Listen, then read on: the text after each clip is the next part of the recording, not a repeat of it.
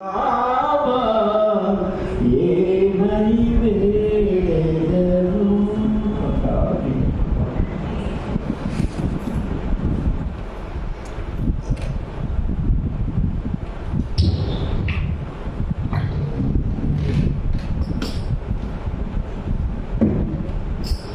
मेहर बाबा की अवतार मेहर बाबा की जय अवतार मेहर बाबा की जय అందరికీ జై బాబా ప్రీతం బాబా వంటితో ఈరోజు 6:30కి ప్రార్థనతో ప్రారంభమైన కార్యక్రమం 7:30 వరకు చక్కని సంగీతం చేసుకోవడం జరిగింది 1 అవర్.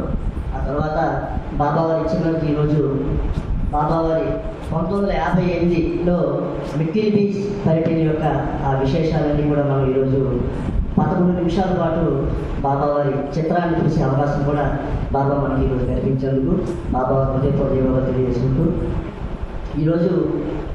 ఈరోజు నుంచి కూడా నెహర్ ప్రేమ చరిత్రం మనం గత సంవత్సరాలుగా చదువుకునే మధ్యలో కరోనా తర్వాత బ్రేక్ వచ్చింది. అప్పుడు మరి ఎన్ని వాల్యూమ్స్ చదివామంటే 11, 12 అని మేమాంసలో రంగప్రసాద్ గారు అడిగితే 10 నుంచి స్టార్ట్ చేయమని ఆయన యొక్క ఆదేశం మేరకు 10వ వాల్యూమ్ని మళ్ళీ ఈరోజు యాక్చువల్గా ఇది ఆనంద్ కుమార్ గారు వచ్చి చదివి ప్రారంభించాలి, కానీ ఎందుకు ఆయన ఆలస్యం అవుతుంది కాబట్టి ఈరోజు బాబా నాకు ఇచ్చిన అవకాశంగా భావించి ఈ ప్రభు చరిత్ర 10వ భాగాన్ని ఈరోజు ప్రారంభించడం జరుగుతుంది. అవతార్ మెహర్ బాబాకి జై.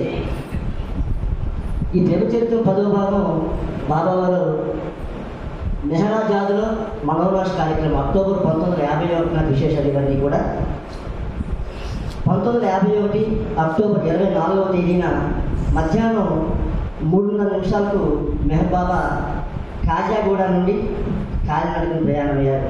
మనందరికీ తెలుసు మనోరాష్ కార్యక్రమం బాబా హైదరాబాద్లో ఉన్న కాజాగూడలో బాబావారు మనోరాష్ కార్యక్రమం చేపట్టడం జరిగింది. అది అయిన తర్వాత అక్కడి నుంచి బాబా మెహరాజానికి కాలినడకన ప్రయాణం అయ్యారు. బాబా చేపట్టిన కాలినడక ప్రయాణాల్లో ఇదే చిట్ట చివరిదట. ఆ తర్వాత బాబా మరెప్పుడు కూడా కాలినడక ప్రయాణాలు ఎప్పుడు చేపట్టలేదు. కావలసిన సామగ్రిని కొండ దిగువకు చేరవేసేందుకు ఒక ఎడ్ల బండిని కూడా అద్దెకి తీసుకున్నారు. ఆ బండిని పెండు నడిపాడు. ఈరిచ్, ముస్తాజీ, బైదుల్ మరియు దౌలత్ సింగ్తో కలిసి బాబా అంతకు ముందే బయలుదేరారు. దౌలత్ సింగ్ని బాబా తనతో తీసుకువెళ్ళడానికి నిర్ణయించారు. కానీ మినూ కరాస్ను మాత్రం అతని అనారోగ్యం దృష్ట్యా బాబాతో పాటు కాలినడక ప్రయాణం చేసేందుకు బాబా వారు అనుమతించలేదు. ఎందుకంటే ఆయనకి ఆరోగ్యం సరిగ్గా లేనందున ఆయనకి బాబా వారితో పాటు నడిచే అవకాశం బాబా ఇవ్వలేదు. అతనికి వేరే పని బాబా అప్పగించడం జరిగింది. దారిలో ఎదురయ్యే పేదవారికి బాబా భిక్షగా ఇచ్చేందుకు గాను పెండు ఒక సంచి నిండా చిల్లర నాణ్యాలను సిద్ధం చేశాడు. కానీ బాబా ముందుగానే కాలినడకన బయలుదేరి వెళ్ళిపోయినందున పెండు ఆ చిల్లర సంచిని ఎడ్ల బండిలో పెట్టుకొని తీసుకొస్తూ ఉన్నాడు. బాబా ముందు ఆదేశించారు, కానీ బాబా ముందు వెళ్ళిపోయారు కదా, ఆ చిల్లర సంచిని ఆయన ఈ ఎడ్ల బండిలో పెట్టుకొని బయలుదేరారు. ఆయన కూడా పెండు బండితో పాటు వెళుతూ ఉండగా దారిలో నిండా నీళ్లు ప్రవహిస్తున్న ఒక కాలువను దాటవలసి వచ్చింది. ఆ ప్రయాణం చేస్తూ ఉంటే ఒక కాలువ, ఆ కాలువలో నీరు ఫుల్గా ఉంది, అది దాటాల్సిన అవసరం వచ్చిందట. ఆ బండిని కాలువ గుండా పంపిస్తూ తాను బండి నుండి దిగిపోయాడు. తను నీళ్ళలో తడవకుండా మరో మార్గం గుండా ఆవలి ఒడ్డుకు వెళ్ళి బండిని ఎక్కుదామనుకున్నాడు. పెండు అటువైపు చేరేటప్పటికీ అక్కడ ఆ బండి కనిపించలేదు. చిల్లర గురిపెట్టి సంచి అందులో ఉండిపోయింది కదా, అందుకని పెండు కంగారు పడిపోతూ ఉన్నాడు. కంగారు పడిపోతూ ఆ బండి కోసం వెతకడానికి ఆయన పరిగెత్తసాగాడు. అదే క్షణాన ఒక పెద్ద పాము గడ్డిలో పాకుతూ వెళుతోంది. అదృష్టవశాత్తు అది పెండు కంటపడడం వల్ల అతను వెంటనే దాన్ని దాటుకుంటూ ఒక గెంతు వేశాడు. అదృష్టవశాత్తు అతను వెళ్తున్న దారిలో ఒక పెద్ద పాము కనబడింది. దాన్ని ఆయన చూసి వెంటనే ఒక గెంతు వేసి ఆ పాముని తప్పించుకున్నాడు. ఆ అపాయం నుండి బయటపడ్డాడు. అలా 1 మైలు దూరం వెళ్ళిన పెండుకి బాబా మరియు మిగతా మండలి వారు కూడా కనిపించారు. బాబా అడుగుతున్నారు పెండుకి, ఎడ్ల బండి ఏమైంది అని. అది కనిపించట్లేదని దానిని పట్టుకునే ప్రయత్నం చేస్తున్నానని చెబుతూ మరొక వైపుకు పరిగెత్తుకుంటూ వెళ్ళిపోయాడు. ఎట్టకేలకు ఎడ్ల బండిని, అందులో ఉన్న ఆ చిల్లర డబ్బు సంచిని చూసి పెండు హాయిగా ఊపిరి పీల్చుకున్నాడు. బాబా తన బృందంతో కలిసి 7 మైళ్ళు నడిచిన తర్వాత లింగంపల్లి చేరుకున్నారు. బాబా అక్కడున్న ఒక డాక్ బంగ్లాలో ఆ రాత్రి బాబా వారు గడిపారు. ఆ మర్నాడు అక్టోబర్ 25వ తేదీ తెల్లవారుజామునే వారంతా 5 మైళ్ళు నడిచి ఉదయం 8:30 కల్లా పటాన్ చెరువు ప్రాంతంలోని ఉన్న డాక్ బంగ్లాకి వారంతా చేరుకున్నారు. అక్కడ చపాతీ టిఫిన్గా తిని టీ తాగి అక్కడ నుంచి జోగిపేటకి బస్సులో బయలుదేరి వెళ్ళారు. బాబా ఇంతవరకు మస్తులను కలుసుకొని వారితో తన పనిని ముగించుకుంటూ వారి ఆశీస్సులు పొందుతూ ప్రయాణాన్ని కొనసాగించారు. జోగిపేటలో మస్తులు ఎవరు కనిపించకపోవడం వల్ల అక్కడి నుండి సంగారెడ్డి వెళ్ళి ఆ రాత్రి అక్కడ గడిపారు. బాబా అక్టోబర్ 26వ తేదీ ఉదయం 8:30 బాబా తన వెంట ఉన్న 5 సేవక సహచరులతో పాటు సంగారెడ్డి నుండి 1 గంట తరువాత సదాశివపేట చేరుకున్నారు. బాబా అక్కడ ఒక మంచి మస్తుని కలిసి అతనితో బాబా వారు సాంగత్యం చేశారు. ఆ రోజు రాత్రి సదాశివపేటలోనే ఉండి బాబా విశ్రాంతి తీసుకున్నారు. అవతార్ మెహర్ బాబా కీ జై.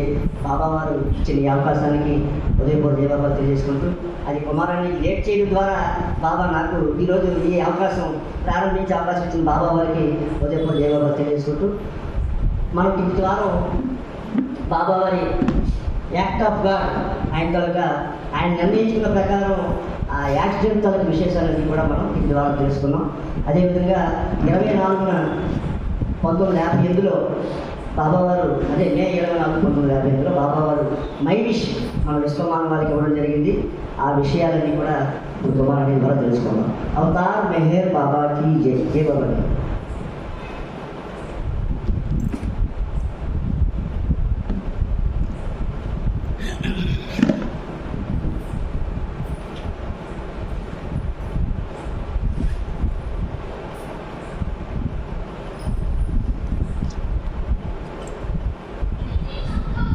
अवतार मेहर बाबा की जय. अवतार मेहर बाबा की जय. अवतार मेहर बाबा की जय. ప్రీతముని కృపా విశేషం చేత ఈరోజు సెంటర్కి లేటుగా, ఎందుకంటే కృపా విశేషం చేత ఎందుకనంటే మన సాలిగుండం పక్కన ఉండేటువంటి శ్వేతగిరి సెంటర్ ఇక కొద్ది రోజులు అవ్వచ్చు, కొద్ది నెలలు అవ్వచ్చు, అంటే తక్కువ పీరియడ్లో అది ఓపెన్ అయ్యే, అంటే అఫీషియల్గా ఓపెన్ అవ్వలేదు. కాబట్టి అది ఎందుకు ఓపెన్ అవ్వలేదంటే ఇంతవరకు లోపల దర్బార్ అనేది పూర్తి అవ్వలేదు. అది బాబా కొంత పాత్ర మాకు ఇవ్వడంతో అది ఈరోజు అక్కడ దర్బార్ ఏర్పాటు కోసమనే అక్కడికి ఈరోజు మార్నింగ్ అక్కడికి వెళ్ళి అక్కడ దర్బారు ఏర్పాటు అయ్యింది ఇప్పటికి ఈరోజు. అందుకు అక్కడి నుంచి మళ్ళీ నేను బయలుదేరి వచ్చేటప్పటికి తమ్ముడు ఈరోజు చెప్పాడు ఇలాగ ఏదైనా సరే అవకాశం బాబా ఇచ్చారు కదా. ఈరోజు బుక్ రీడింగ్ అది 10వ వాల్యూమ్ కదా, 10వ వాల్యూమ్ మొదలుపెట్టి ఈ బాబా చాలా అద్భుతమైనటువంటి ప్రత్యేకమైనటువంటి యాక్ట్ ఆఫ్ గాడ్ అన్న దీంట్లో యాక్సిడెంట్స్కి గురవ్వడము, అదే సందర్భంలో అంటే ఈ మే నెలలో చాలా అద్భుతమైనటువంటి కార్యక్రమం బాబా చేశాడు. మే నెలలో మొదట అమెరికా వెళ్ళడం మే నెలలోనే 1932లో వెళ్ళాడు. అదే మే నెలలో 1952లో అమెరికా వెళ్ళి ఒక యాక్సిడెంట్ తనకు తానుగా చేసుకున్నాడు. అదే మే నెలలో 1958లో వెళ్ళాడు మళ్ళీ చివరిసారి అమెరికా వెళ్ళటం. ఆ చివరిసారి అమెరికాకి వెళ్ళినప్పుడు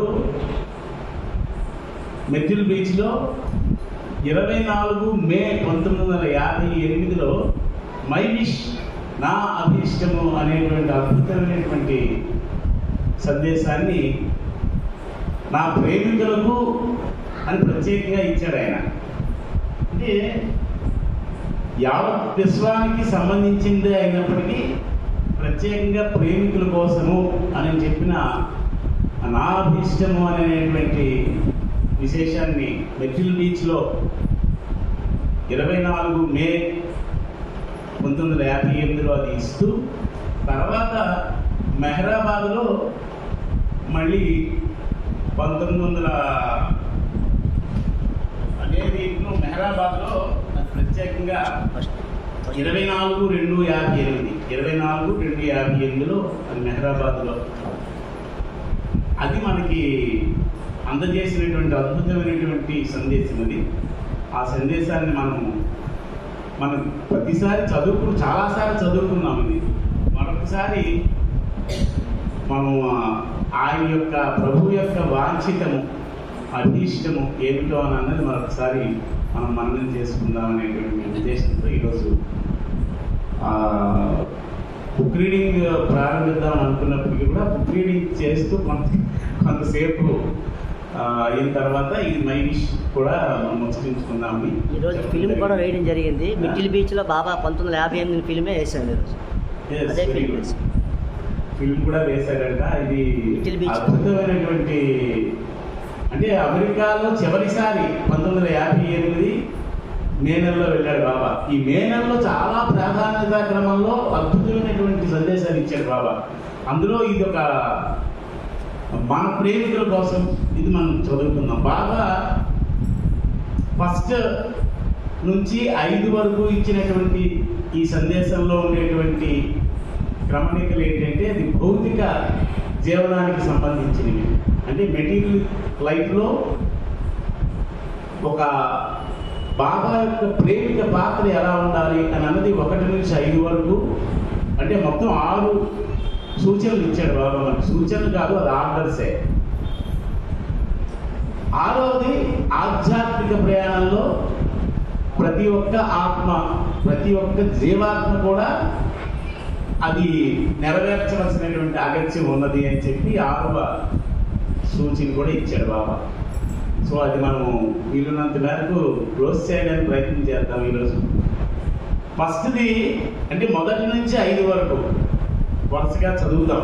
చదివిన తర్వాత లోపలికి వెళ్దాం. మొదటిది ఏంటంటే నీ బాధ్యతల నుండి నీవు తప్పించుకునవద్దు, షట్ నాట్ యువర్ రెస్పాన్సిబిలిటీస్. అలాగే 2వది ప్రాపంచిక విద్యుక్త ధర్మాలను విశ్వాసపూర్వకంగా నిర్వహించు, కానీ ఇదంతయు బాబాదేయను నిరంతర భావాన్ని మనసులో కలిగి ఉండు. ఇక 3వది నీకు ఆనందం కలిగినప్పుడు బాబా నన్ను ఆనందింపగోరుచున్నారు అనుకో, నీవు బాధపడుచున్నప్పుడు బాబా నన్ను బాధపడగోరుచున్నారు అని అనుకో. ఇక 4వది ఎట్టి పరిస్థితుల్లోనైనా, ఇది అండర్లైన్, ఎట్టి పరిస్థితుల్లో అంటే ఆ పరిస్థితి ఏదైనా కావచ్చు,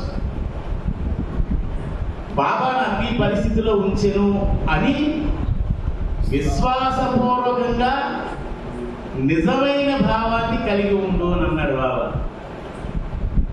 విశ్వాసపూర్వకంగా అంటే ఎన్ని యాడ్జెక్టివ్స్ యాడ్ చేశాడు చూడండి. అది విశ్వాసపూర్వకంగా నిజమైన భావాన్ని నువ్వు కలిగి ఉండు. దేనికి? ఎట్టి పరిస్థితుల్లోనైనా బాబా అంటే ఏ పరిస్థితి అయినా కావచ్చు. అది దానికి మరి వాట్ నాట్ అని అన్న దానికి ఎగ్జంప్షన్స్ మనం ఇంక వేరే ఇదేం లేదు. అది నన్ని పరిస్థితుల్లో ఉంచెను అని విశ్వాసపూర్వకంగా నిజమైన భావాన్ని కలిగి ఉండు.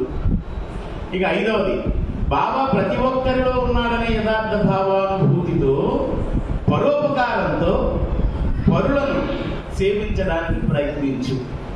ఇది ఈ 5 బాబా ఇచ్చినటువంటి తన యొక్క ఇచ్చకు సంబంధించినటువంటి సూచనలు. ఇవి అంటే ఇది సూచన కాదు, మళ్ళీ చెప్పుకుంటా, ఇది ఆర్డరే.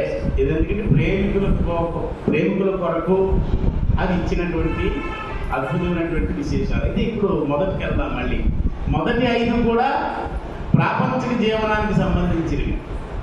ప్రాపంచిక జీవనంలో ఇక్కడ బాబా అంటాడు మనకి, అంటే ఎరుకుతో నువ్వు అవగాహన చేసుకోవాలి అని అంటాడు. అంటే ఎరుకు లేకుండా రెండు రకాలు.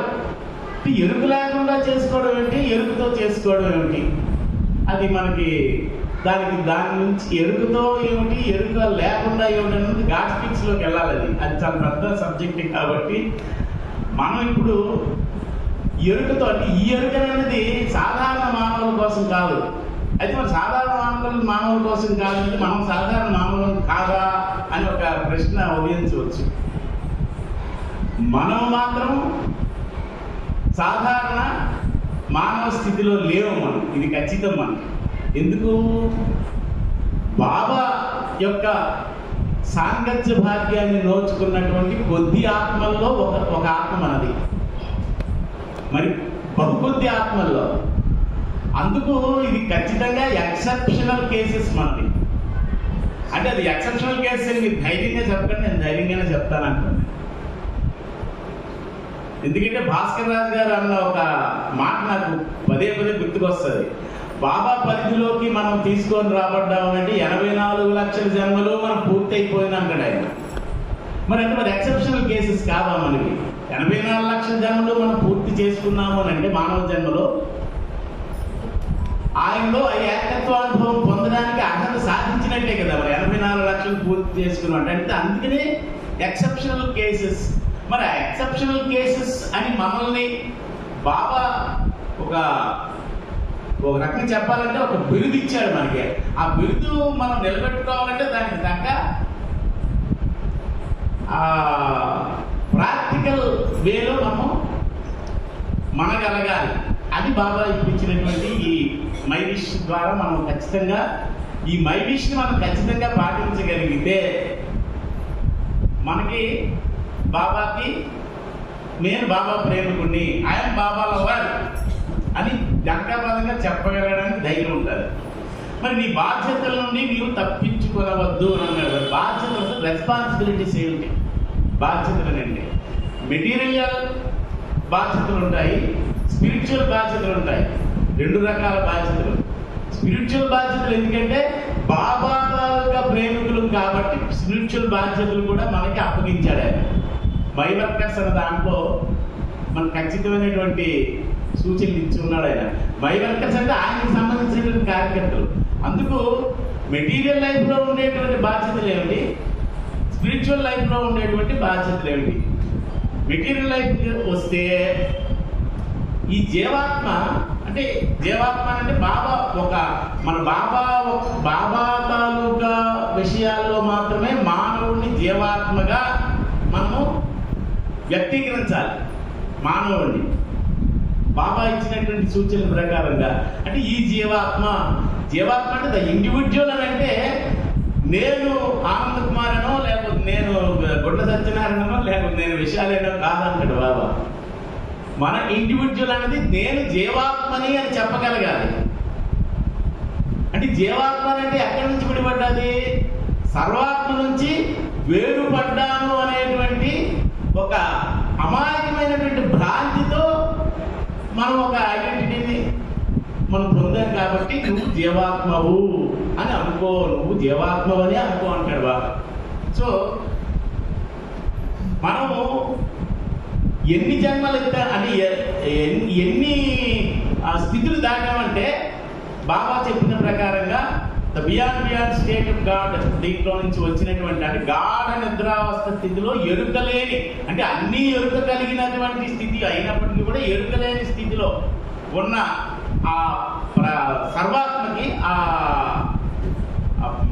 పరబ్రహ్మకి నేనెవరు అని తెలుసుకోవడంతో వచ్చినటువంటి ఈ జంచాటనే ఈ సృష్టి పరిణామ క్రమం. సృష్టి పరిణామ క్రమంలో మొదటి 6 స్థితులు, ఒక్కొక్క స్థితి కూడా 84 లక్షల జన్మలు. అంటే కోటికి ఒక 16 లక్షలు తక్కువ. అంటే 6 స్థితుల్లో 6 కోట్ల జన్మలు అయిపోయింది. 6 కోట్ల జన్మలు అయిపోయిన తర్వాత ప్రథమ అంటే ఈ చైతన్యం అనేది సంపూర్ణంగా వికసించిన తర్వాత మానవ స్థితి అని అన్నది ఎప్పుడు ప్రారంభమైంది? 16 తీసేస్తే 5,20,00,000 జన్మలు అయిపోయిన తర్వాత 5,20,00,001 అని అన్నది మానవ జన్మ వచ్చింది. అంటే మానవ జన్మ వచ్చింది అని అంటే ఖచ్చితంగా ఆధ్యాత్మిక ప్రయాణానికి అవకాశం పొందింది ఈ ఆత్మ అని మనం అనుకోవాలి. బాబా ఇచ్చినటువంటి దీని ప్రకారంగా అంటే దేవతలను అన్న వాళ్ళకి ఈ పరిణామ క్రమంలో ఇది లేనప్పటికీ కూడా వాడు భగవదైక్యాన్ని పొందాలి అంటే మానవుడిగానే ఎత్తి మానవుడిగా జన్మ తీసుకున్న తర్వాతే వాడికి భగవదైక్యం పొందుతాడు. లేకపోతే వాడికి లేదు, వాడికి ముక్తి లేదు, మోక్షం లేదు. అదొక స్థితి అంతే వాడికి. కానీ భగవదైక్యాన్ని పొందాలి అంటే ఖచ్చితంగా మానవుడిగా ఎత్తి తీరాలి. మరి ఆ భగవంతుడే పరిపూర్ణుడిగా కాదు మానవ జన్మ ఎత్తితే తప్ప అని అనేటప్పుడు మరి ప్రత్యేక స్థితి ఏంటి అంటే ఇన్ని రకాల స్థితులు పొంది మానవుడు జన్మ ఎత్తినప్పుడు మరి దాన్ని వృధా చేస్తామా? మొన్న ఒకసారి ఏదో పాట పాడారు,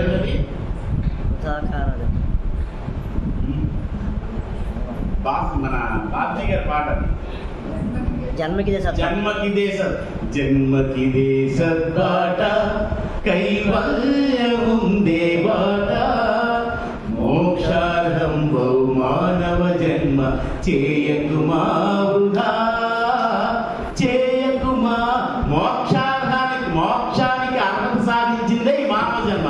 మొదట మనం అనుకున్నట్లుగా అంటే మానవ జన్మ తీసుకున్న మొట్టమొదటి జన్మ అంటే జంతు స్థితి నుంచి మానవుడి జన్మ ఎత్తిన మొదటి స్థితిలో ఉన్నది కూడా మోక్షానికి అర్హత సాధించిందనే మనం చెప్పుకోవాలంటాడు.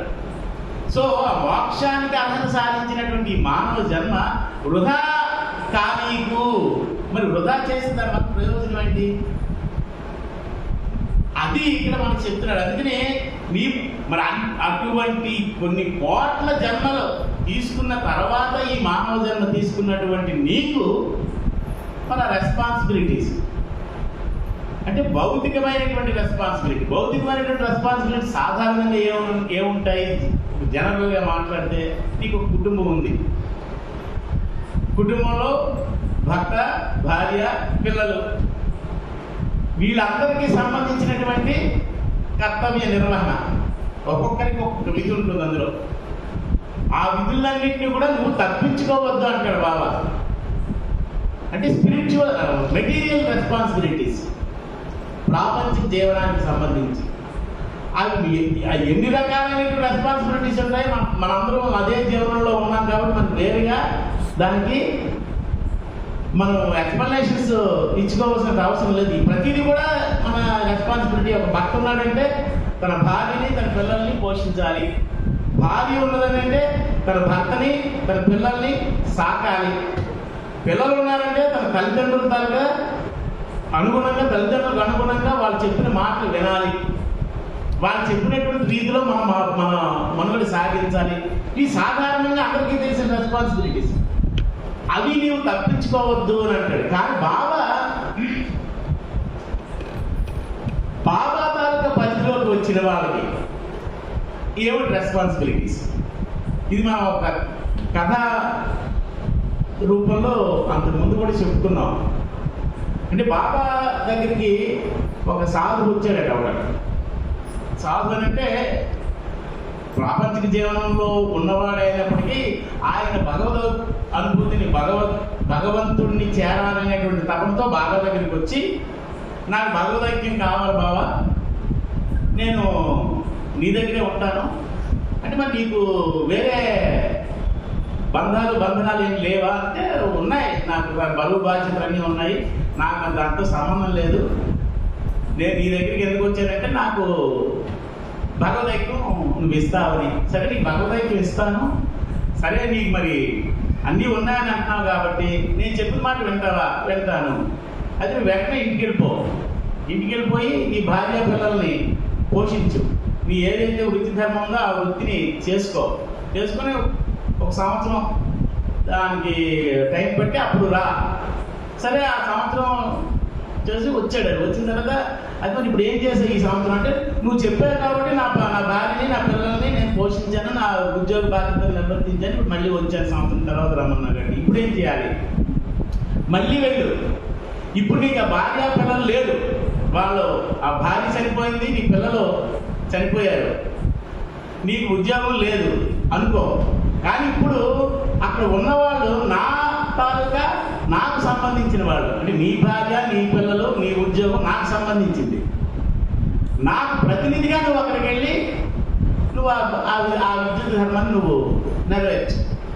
వెళ్ళాడు మళ్ళీ, అది బాబా మాట విన్నాడు, వెళ్ళాడు. మళ్ళీ సంవత్సరం తర్వాత వచ్చాడు. ఇప్పుడేం చేశావు? ఇప్పుడు నేనేం చేయలేదు, నువ్వు ఏదైతే చెప్పో అది చేశాను. నీకు సంబంధించిన వాళ్ళు నేను పోషించాను. అది మరి వాడు కూడా మరి నీ భార్య పిల్లలే కదా అంటే, మరి ఇప్పుడు నా భార్య పిల్లలు కాదన్నావు కదా, ఇప్పుడు నీకు నేను ఇచ్చినటువంటి బాధ్యత అదే. నీ భార్య పిల్లలు నీ వాళ్ళు కాదు, నా వాళ్ళుగా భావించి నువ్వు నీ తాలూకా విద్యుత్ ధర్మాలను పూర్తి చెయ్యి. నేను ఎప్పుడైతే మళ్ళీ నీకు ఆ అవకాశం ఆ సందర్భం వచ్చిందో నేను నీకు మోక్షాన్ని ఇస్తానని అంటే అంటే మనకిచ్చిన బాధ్యత కూడా అదే అంటాడు బాబా.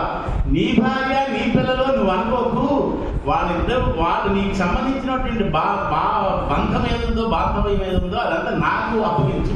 అందుకే నీ బాబాకి అప్పగించమంటారు. ఇక్కడ ఈ వరుస దీంట్లో, ఈ 5 తాలూకు దీంట్లో కూడా బాబా నన్ను ఈ స్థితిలో ఉంచమన్నాడు, బాబా నన్ను ఈ తాలూకు దీంట్లో ఉంచమన్నాడు, బాబాయే చేయమన్నాడు అనేది ఎలా ఉండాలంటే తామరాకు నీటి పొట్టులాగా ఉండి తీరాడు. అది ఆ రెస్పాన్సిబిలిటీ మెటీరియల్ రెస్పాన్సిబిలిటీయే, కానీ ఇది బాబాకు సంబంధించింది అని మనం అనుకుంటే కనుక ఆ రెస్పాన్సిబిలిటీ నువ్వు ఎలాగైతే నా అభిష్టానికి సంబంధించి నువ్వు నెరవేర్చగలవు. మరి ఇక్కడ మెటీరియల్ రెస్పాన్సిబిలిటీ అది పక్కది. మరి స్పిరిచువల్ రెస్పాన్సిబిలిటీ అది. స్పిరిచువల్ రెస్పాన్సిబిలిటీస్ ఏమిటంటే బాబా మనకి మిగతా సాధారణ మానవులకి మనకి ఎందుకు వేరే సెపరేట్ చేస్తున్నామంటే, నీ తాలూకా జనజీవన స్రవంతిలో ఉండేటువంటి మనుగడంతా కూడా ఆధ్యాత్మిక ప్రయాణానికి సంబంధించింది అని భావించమంటాడు ఆయన. మన జనజీవన స్రవంతిలో మన తాలూకా కర్తవ్య నిర్వహణ చేస్తూ కూడా ఈ జనజీవన స్రవంతులు అంటే బాబా ఎందుకంటే నీ తాలూకా డ్యూటీస్ నువ్వు చెయ్యి, నీ తాలూకా డ్యూటీస్ చేసే దాంట్లో నువ్వు ఎంటర్టైన్మెంట్స్ నువ్వు చేసుకో, నువ్వు ముక్కు మూసుకుని మూల కూర్చొని అక్కర్లేదు అంటాడు. కానీ ఇవన్నీ బాబాకు సంబంధించినవనేలాగా భావించి బాబాయే ఇది చేయమన్నాడు అనేటువంటి దీంతో ప్రతి దాంట్లో కూడా బాబాని నువ్వు దర్శించాలి అని అంటాడు. అవి రెండోసారి చెప్పాడు. ఇగో ఈ రెండో దీంట్లో ప్రాపంచక విద్యుత్ ధర్మాలను విశ్వాసపూర్వకంగా నిర్వహిస్తూ ఇదంతయు బాబాదే నిరంతర భావాన్ని, అంటే నిరంతర భావాన్ని అంటే ఒక క్షణం కూడా అది విడనాడడానికి వీల్లేదు. ఇది మెటీరియల్ లైఫ్లోనే ఉండేటువంటి స్పిరిచువల్ రెస్పాన్సిబిలిటీ. అంటే నువ్వు చేస్తున్న ప్రతి చర్య కూడా ఇది బాబాకు సంబంధించినదే. అది ఎలాగంటాడు? విశ్వాసపూర్వకంగా విశ్వాసపూర్వకంగా అంటే ఏమాత్రం ఏ లోటు లేకుండా చేసి ఆ భావాన్ని మనసులో ఉంచుకుని కలిగించుకుని ఉండు. నీకు అప్పుడు మూడవ రెస్పాన్సిబిలిటీస్, ఇవన్నీ కూడా రెస్పాన్సిబిలిటీసే మనకి. అంటే material responsibilities plus spiritual responsibilities. నీకు ఆనందాన్ని కలిగినప్పుడు, ఆనందం ఎప్పుడు కలుగుతుంది నీకు? నీవు ఏదో కోరుకుని ఏదైతే వాంఛించావో ఆ వాంఛ నెరవేరితే నీకు ఆనందం కలుగుతుంది.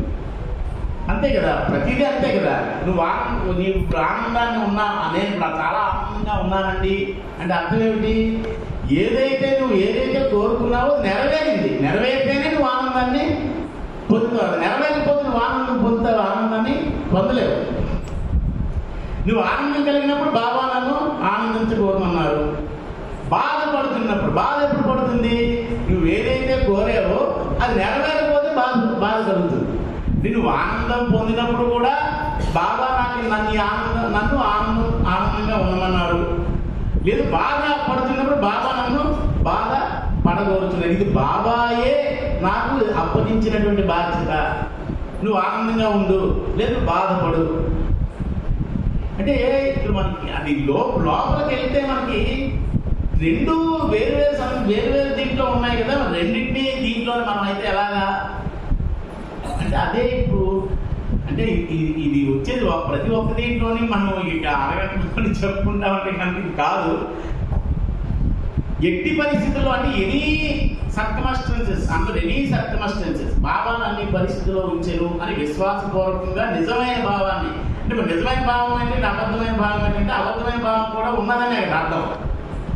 అంటే నీకు ఖచ్చితంగా నిజమైన భావం, ఆ నిజమైన భావం కూడా విశ్వాసపూర్వకంగా కలిగి ఉండని అంటాడు ఆయన. అంటే ఎంతటి ఇవన్నీ కూడా ఆయన మనకు అప్పగించినటువంటి రెస్పాన్సిబిలిటీసే. అంటే షట్నాట్ రెస్పాన్సిబిలిటీస్ అని మొదటి ఇచ్చిన దాంట్లో ఈ దిగువన్నీ ఆయన ఇచ్చిన రెస్పాన్సిబిలిటీసే.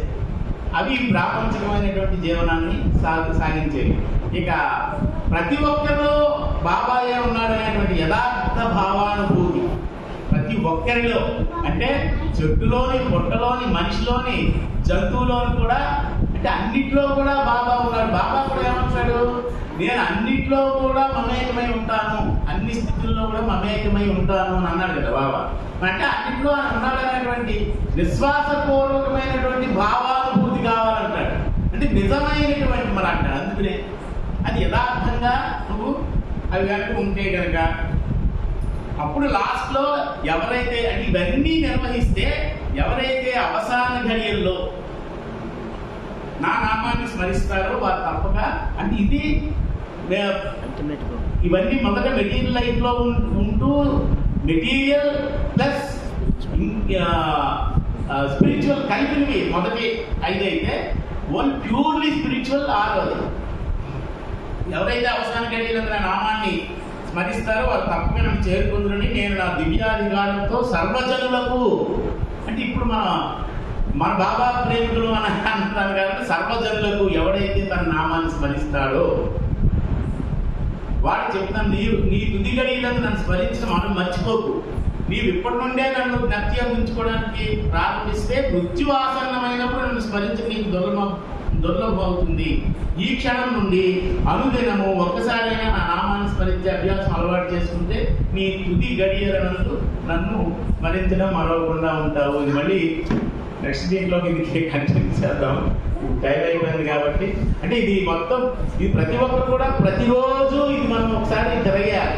ప్రతిరోజు కూడా ఇది ఒకసారి మనం తిరగేయాలి. 6 సూత్రాలు ఒకసారి గుర్తుపెట్టుకుంటే ఆయన ఇచ్చినటువంటి material responsibilities come spiritual responsibilities ఏమిటా అన్నది మనమే లోపల అంతర్మథనంలో మనం తెలుసుకున్నప్పుడు అల్టిమేట్ ఇది ఏదైతే ఆయన చెప్పాడో అది మనందరం పొందడానికి ఆయన ఇచ్చినటువంటి అర్హతని మనం కోల్పోకుండా ముందుకి ప్రయాణాన్ని సాగిస్తామని తెలుసుకుని మనం తెలుపుకుంటూ ఈ అవకాశం ఇచ్చిన బాబా వారికి మరొకసారి ధన్యవాదాలు తెలియజేస్తాం. Thank you. అతి తక్కువ సమయంలో బాబా వారు ఇచ్చిన మై విష్ని అందరికీ తెలియజేసినందుకు మీకు ధన్యవాదాలు. అవతార్ మెహర్ బాబాకి జై.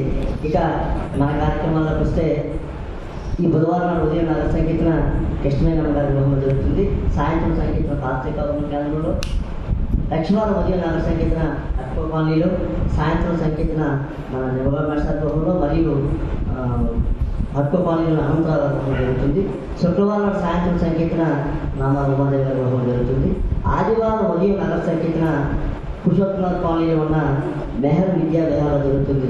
ప్రతి ఏడాదిలాగే ఆ స్కూల్ అకాడమిక్ ఇయర్ ప్రారంభం సందర్భంగా ప్రతిసారి కూడా బాబావారి ప్రార్థన పెట్టుకొని ఆ అకాడమిక్ ఇయర్ ప్రారంభిస్తూ ఉండడం ఆ స్కూల్ యొక్క ఆనవాయితీ. ఆ సందర్భంగా ఈ 8వ తారీఖున వచ్చే ఆదివారం ఉదయం నగర సంకీర్తన అక్కడ ఏర్పాటు చేసుకున్నారు కాబట్టి ప్రేమికులందరూ హాజరై బాబావారి ప్రామాశిస్తూ పాల్గొచ్చున్నాం అనే వచ్చే ఆదివారం 8వ తారీఖు.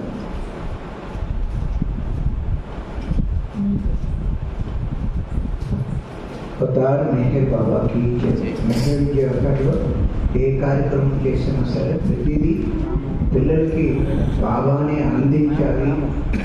అట్లాగే మరి మా పిల్లలందరూ కూడా కార్యక్రమం చేసేట్టు చూశారు. పిల్లలు అక్కడున్న వాళ్ళందరూ బాబా ప్రేమలో ఎదగాలి. అలాగే ఏదైనా సరే స్కూల్ సెలవులు అయింది రీఓపెనింగ్ అన్నప్పుడు బాబా దగ్గర పెట్టడం మా బాధ్యత. పెట్టి మా బాధ్యత మేము నిర్వర్తిస్తాం, మిగిలింది బాబా చూస్తారు. అట్లాగే సెంటర్ కమిటీ వారందరూ కూడా చిన్న అభ్యర్థన, ఇప్పుడు జూలై 10th అంటే మనందరికీ తెలిసిందే 100వ మౌన వార్షికోత్సవం. అట్లాగే జూలై 12 వస్తుంది కదండి, అంటే దుని వెలిగిస్తాం.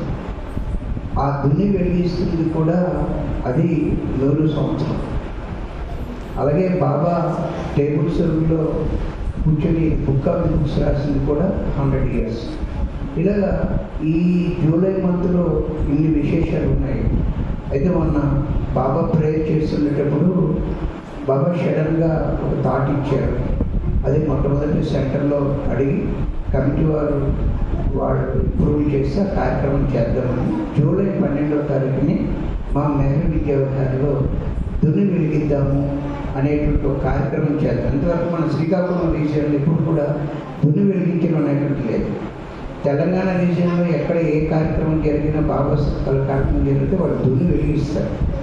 అయితే ఎందుకు మరి మన బాబా థాట్ ఇచ్చారు కాబట్టి సెంట్రల్ కమిటీ వారు ఈ విషయాన్ని చర్చించి తగిన సూచన ఇచ్చినట్లయితే చేద్దామనేటువంటి ఆలోచన మెహర్ విద్యార్థులు. మీరు దాన్ని ఆలోచన ఇచ్చినట్లయితే ఇంకా దాన్ని జ్యోతి పట్టుకొని ర్యాలీ ఎట్లాగా చేయాలి ఏంటనేది ఆలోచన ఉంది. సెంట్రల్ కమిటీ వారు ఆలోచించి మీరు నాకు తగిన సూచన ఇస్తే దాన్ని చేయడానికి ముందుకు వెళ్తాం. అలాగే ఆదివారం నగర సంకీర్తనకి అందరూ కూడా హాజరై బాబా తరపు ప్రేమను పొంది మా స్కూల్కి ప్రేమ శిష్యులు అందజేయమని కోరుతూ జై బాబా.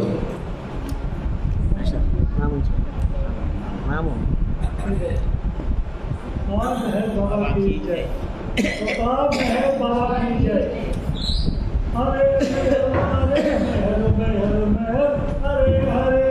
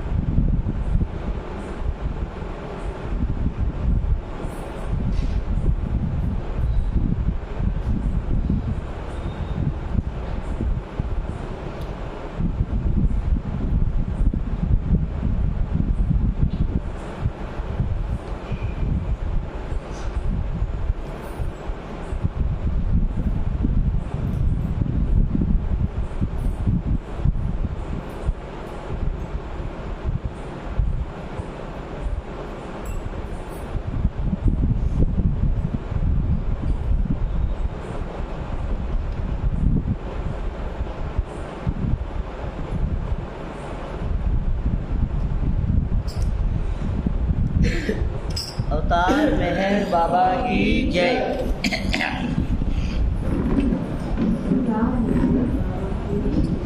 Thank you.